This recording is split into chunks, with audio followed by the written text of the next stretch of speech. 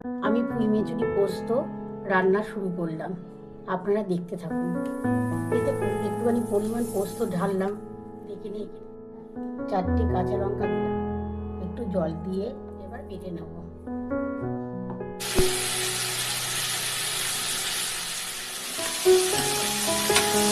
ভাজা ভাজা করছি আমি, আর একটু ভেজে নেব।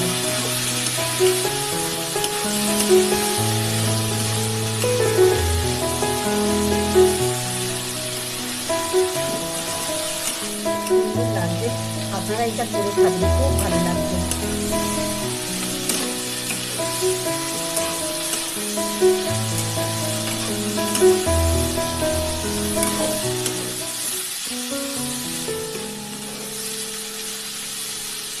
ভাজা হয়ে